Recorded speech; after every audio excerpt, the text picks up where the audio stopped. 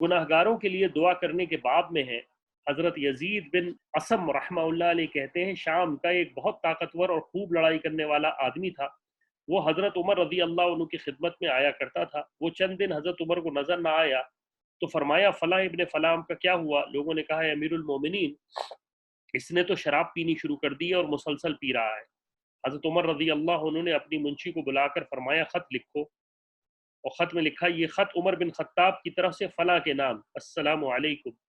میں تمہارے سامنے اس اللہ کی تعریف کرتا ہوں جس کے سوا کوئی معبود نہیں، وہ گناہوں کو معاف کرنے والا، توبہ قبول کرنے والا، سزا دینے والا اور بڑا انعام و احسان کرنے والا، اس کے سوا کوئی معبود نہیں، اسی کی طرف لوٹ کر جانا۔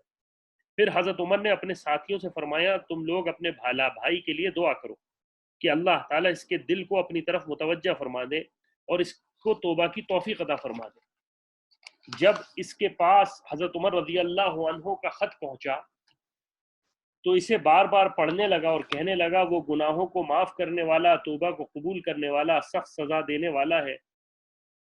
اور اس آیت میں اللہ نے مجھے سزا سے ڈرایا ہے اور معاف کرنے کا وعدہ بھی فرمایا ہے۔ ابو نعیم کی روایت میں مزید یہ بھی ہے کہ وہ اسے بار بار پڑھتا پھر رونے لگا، پھر اس نے شراب پینی چھوڑ دی اور مکمل طور سے چھوڑ دی۔ حضرت عمر رضی اللہ عنہ کو اس کی خبر پہنچی تو فرمایا ایسا کرو کہ جب دیکھو کہ تمہارا بھائی پھسل گیا ہے تو اس کو راہ راست پر لاؤ اور اللہ کی معافی کا یقین دلاؤ،